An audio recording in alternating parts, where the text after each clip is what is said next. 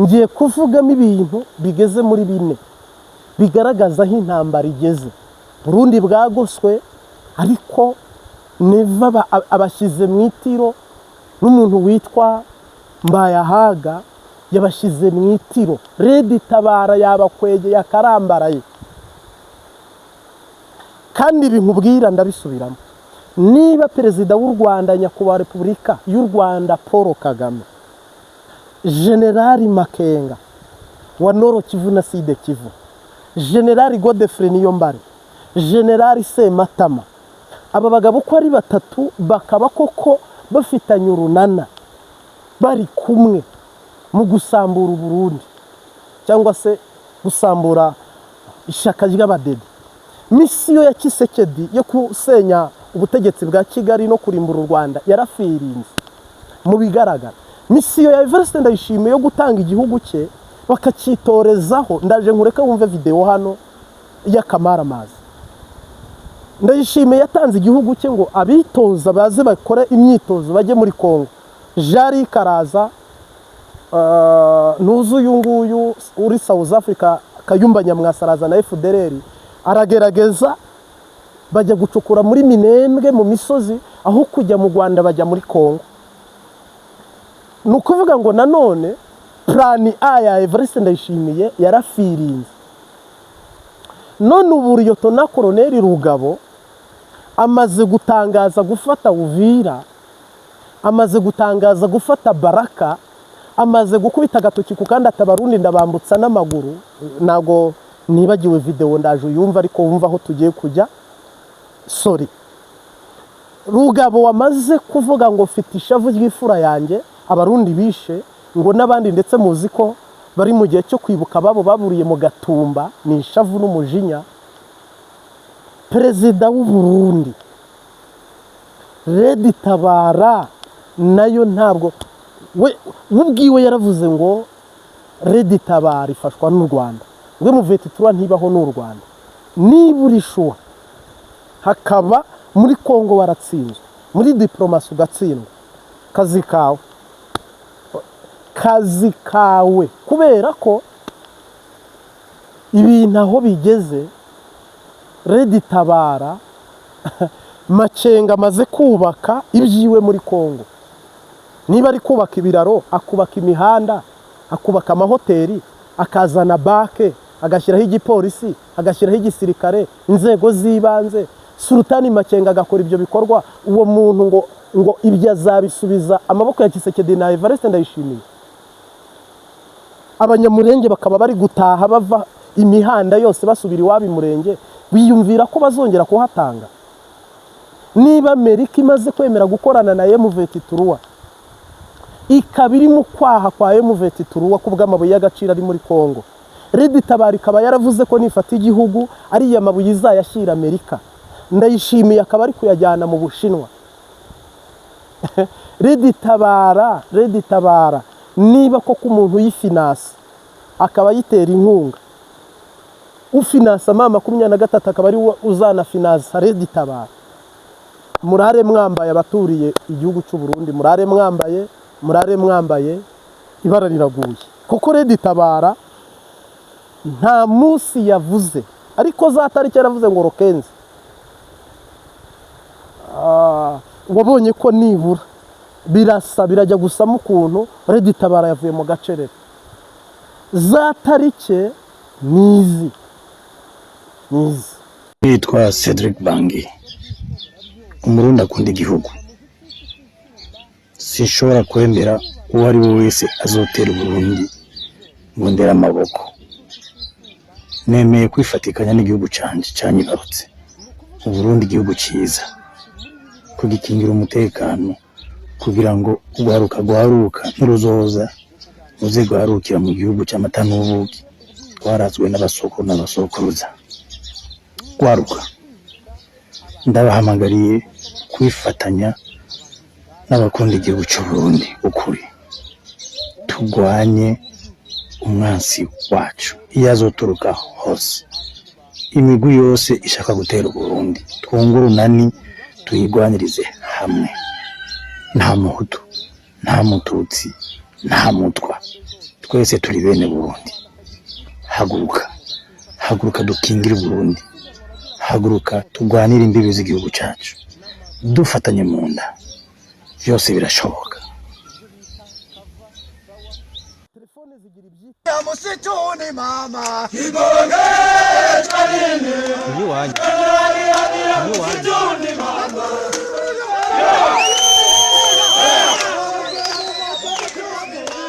Kigonge chanini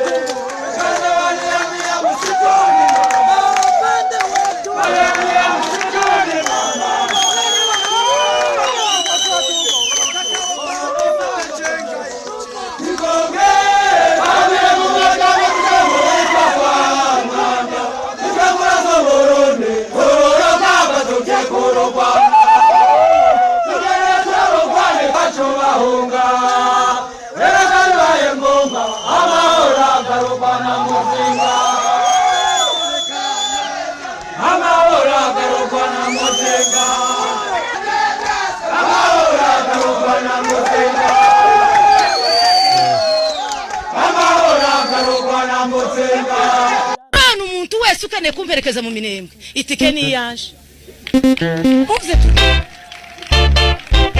icyo ni kimwe.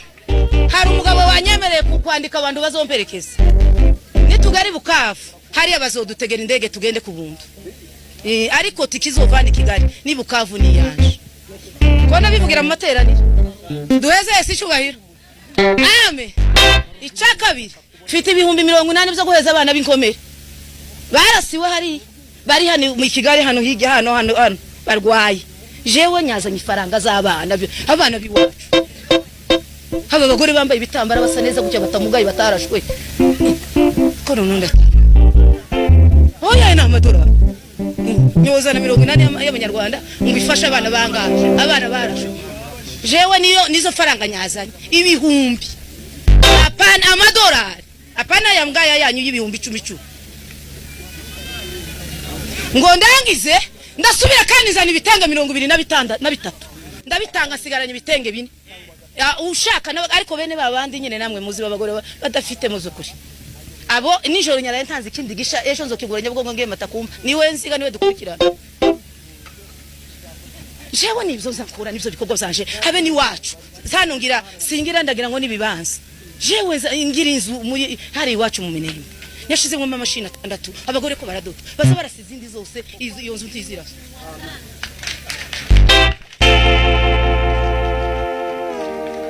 None rero nejo nyaraye shigikiye peza ministeri ayifasha abagore b'abapfakazi ni imfuzi ndavuga ngo reka mbaheze mbashiremo nabo ibihumbi 70 kubera afite ibintu byinshi ndi gukora nyaraye nyahiguye je sinza ntanga ideni none ga uwacu twakoza kanama arambwira ngo nyongeremo ibindi 70 nayo ndeta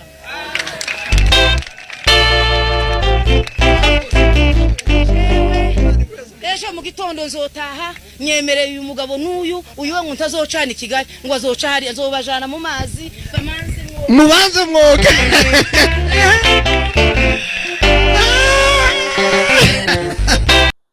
niba koko nyakubahwa Perezida wa Repubulika y'u Rwanda General Paul Kagame akabashyigikiye Red Tabara akabashyigikiye Red Tabara ikabisasiye ndavuga Red Tabara bakayiha ibyijya bakayiha ibyinwa bakayambika bakayitoza igisirikare Red Tabara ikaba iri kwibera ry'u Rwanda ngo yonke kujya gukuraho ubutegetsi bw'abadede abaturiye mu mujyi wa Bujumbura saa 9 z'ijoro mu byuke musenga abaturiye mu mujyi wa Bujumbura musaba Imana bashyireho ikimenyetso niba koko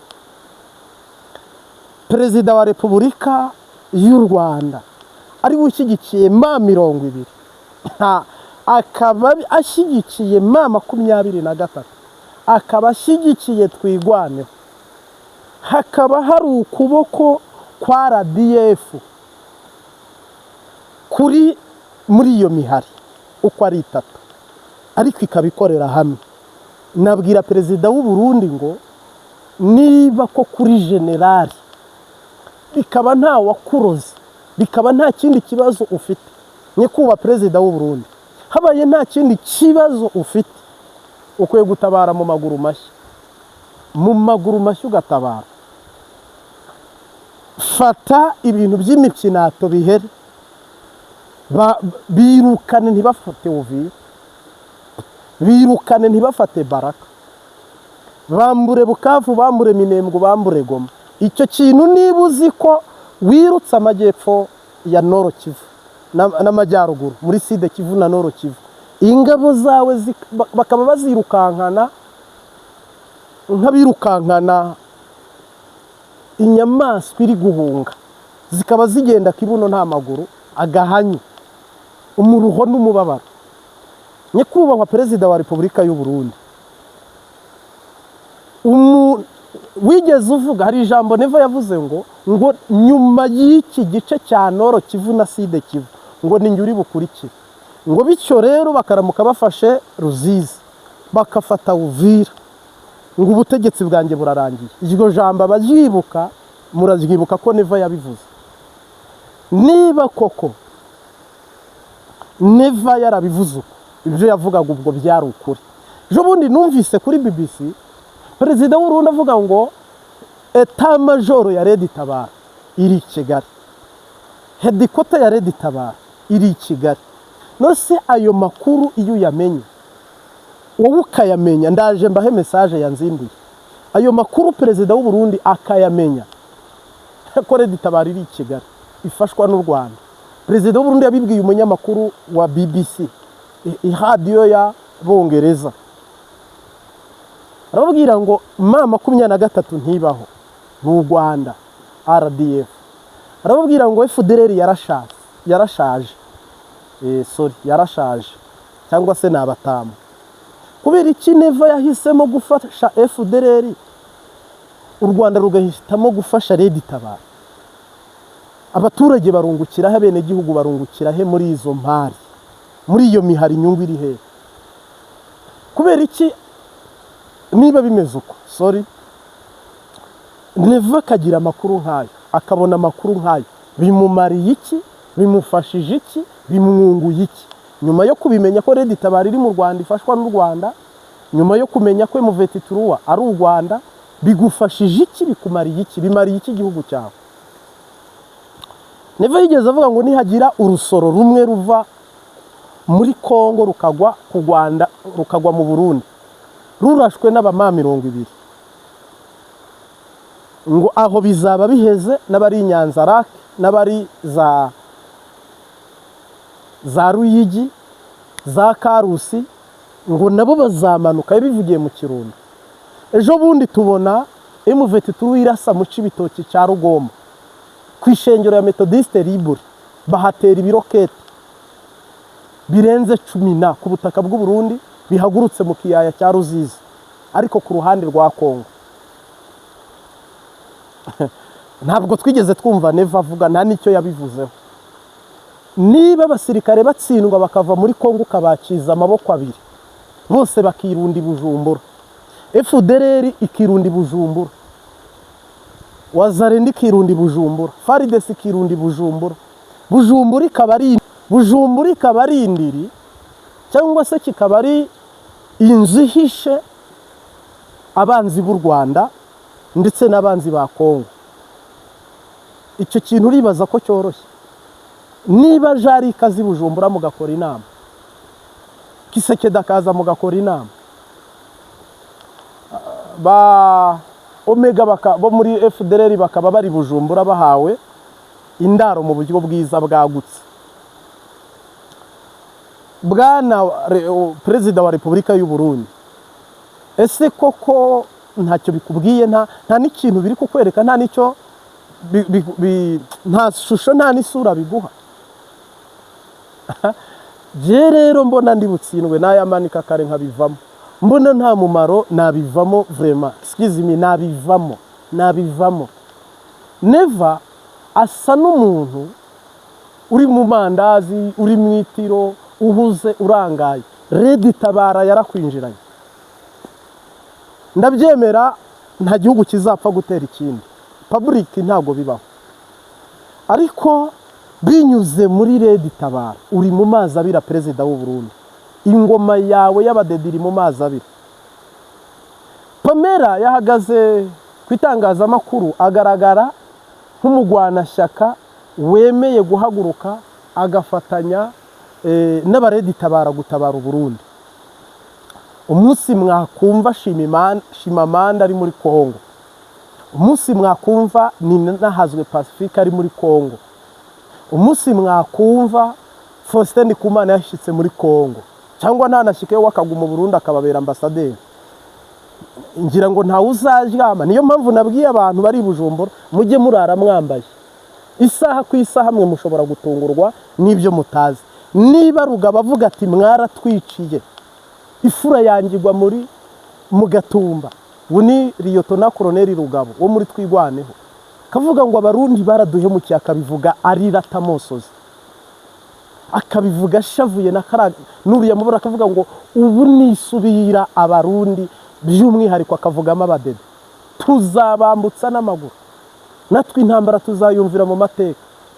Ukambwira ko uwitwa General Sultani Makenga, General Perezida w'u Rwanda nyakubahwa Paul Kagame, General Sematama, General Godefroid Niyombare, aba bajenerali ntabwo nta n'icyatsi kiri bumere niba Neva ibyo avuga ari byo, bakaba bari mu kwaha k'u Rwanda bashyigikiwe n'u Rwanda.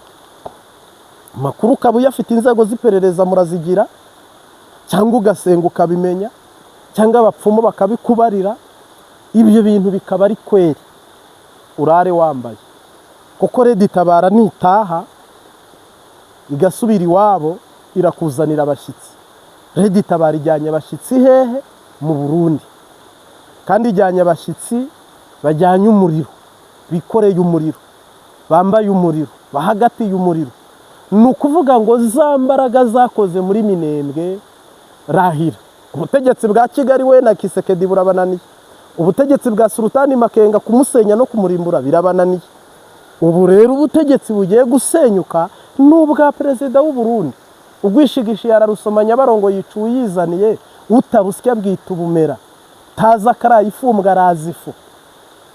Wowe wagiye kurwana muri Kongo baguha inkoho nyinshi, ariko ntiwagira abarwanyi. Wahawe byose ariko ntiwagira abarwanyi. None rero bagutabye mu nama. Nyakubahwa perezida w'u Burundi, sinzi ko uhari, ushobora kuba yenda uri mwitiro, ariko kanguka va ku giti dore umuntu. Igihugu cyawe cyatewe, igihugu cyawe cyazengurutswe. Iyo hagaze kuri musozi mvugije induru, sengera Burundi abusengera, ubu burogera buborogere. Reditabara yamaze kugota Uburundi, abatera nkungira bafite amahera, amafaranga. Sinari nabibabwiye ni mugiye kumva ivuga, jewe ndi kuri tera amakuru mba nyafite shuti yanjye, ndi kuri tera. Ubu rero Reditabara yagarutse mu itangazamakuru, Reditabara yagarutse kuri rezo sosiyo.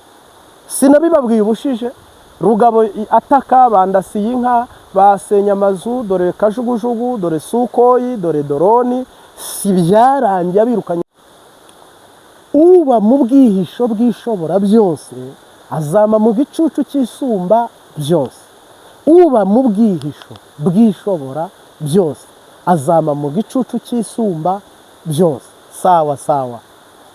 Ni ukuvuga ngo umwanditsi muri Bibiliya n'iryo jambo yanditse tugiye kuganira ko.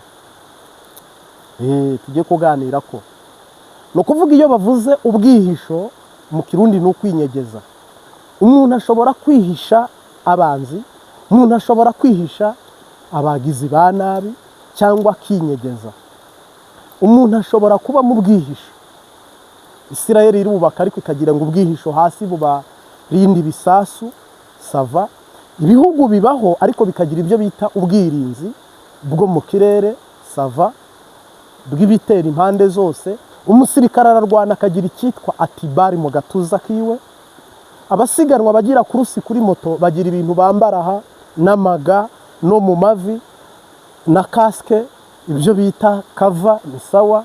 Telefone zigira ibyita ati broke, zindi zikagira kava, nibyo byose ni ibiproteja ahari inyungu nyinshi. Imana irema umuntu yamuremye nk'umuntu w'agaciro kuruta ibyo byose.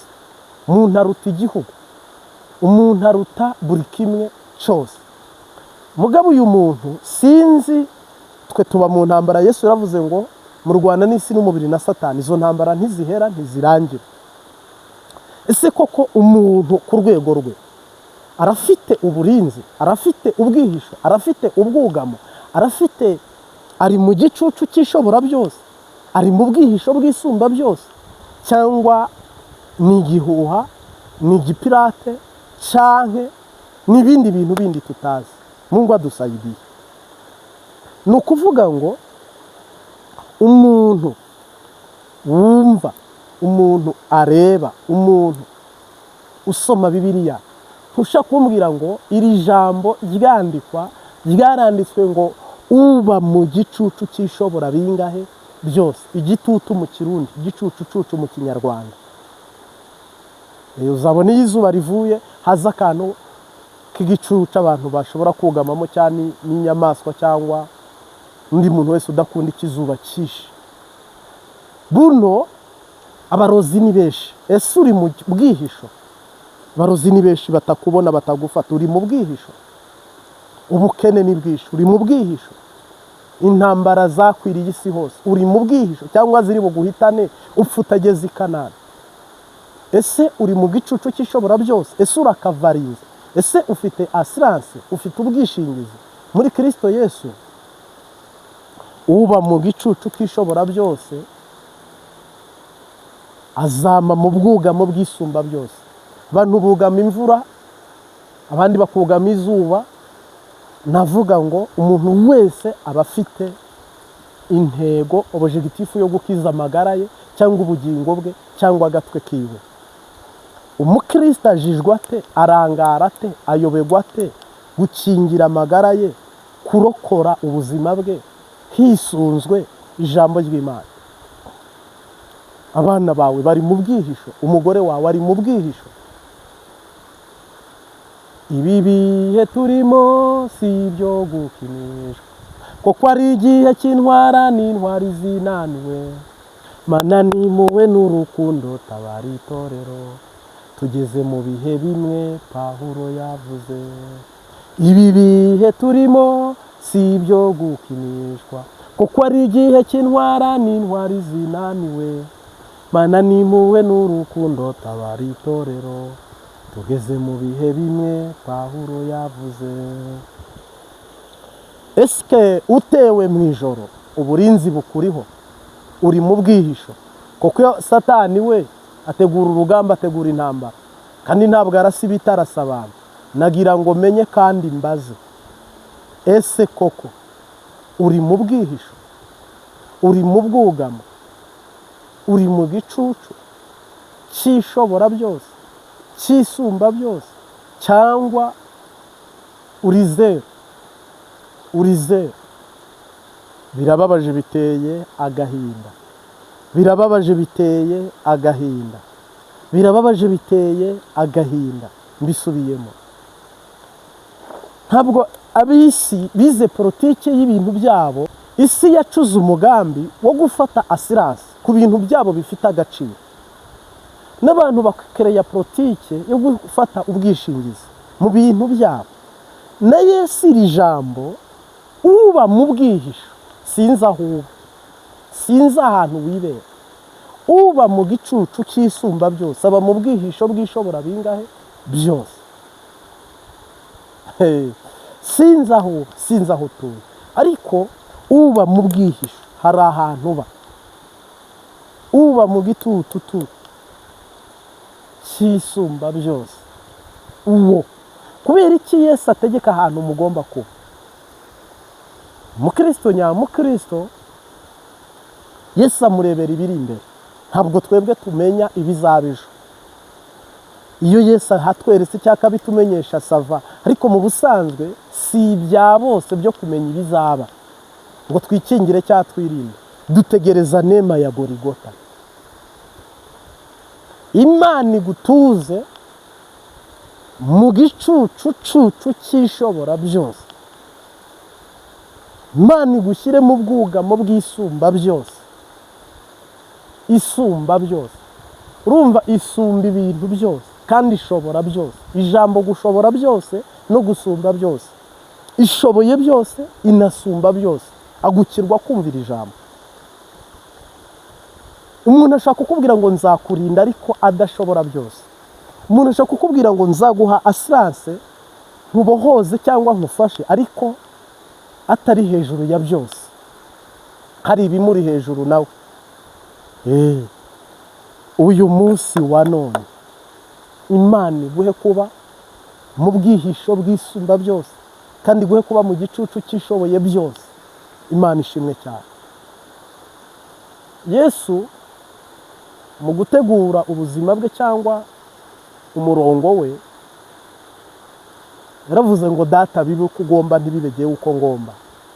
Ariko twabonye azura abapfuye, bivuze ngo ishoboye byose. Akiza indwara zidakira, bivuze ngo ashoboye byose. Bivuze ko nawe n'abana n'umugore niba mutwaye umusaraba mu kuri no mu mwuka, mukwiye kuba mu gicucu cy'isumba byose, ishoboye byose, iri hejuru ya byose. Jina la Bwana libarikiwe. Kubera ko imivugire ya Bibiliya cyangwa imivugire y'ijambo ry'Imana nta kitaranditswe nta n'ikitaravuzwe. Ariko kuba uyu munsi wa none umuntu abarozi bamuroga bigahita bimufata, uwo muntu afite uburinzi. Abajura baza kukwiba bagatobora inzu bakarara bakwibye, ibyo bintu bifite uburinzi. Niba umuntu ashobora kuza akagusekura ikofi utabizi nta n'amakuru, ibyo bintu bifite uburinzi.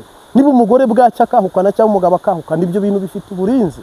Kandi ibyo byose ni ibimenyetso bigaragaza ko n'ubugingo bwawe bwaba buri mu yabira cyangwa bwaba bugeramiwe. Niba umuntu ashobora kugira urugendo agakora impanuka atabizi, akaza mu gikorane cyo kwa Kristo ndikumana agapfa nta makuru, bivuze ko ibyo bintu akunabari gutungurwa k'umubiri iri pare ko n'ubugingo bushobora gutungurwa.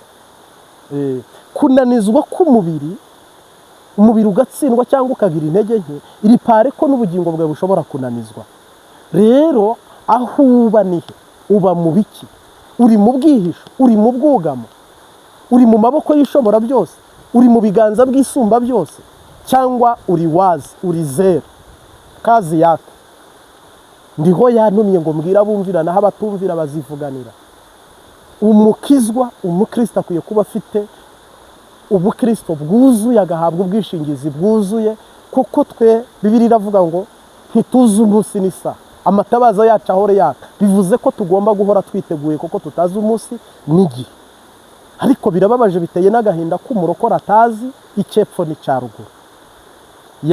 Ndagushimiye wakoze kubana natwe. Iyi ni Imbabazi TV gatatu geni General Prophète Martin.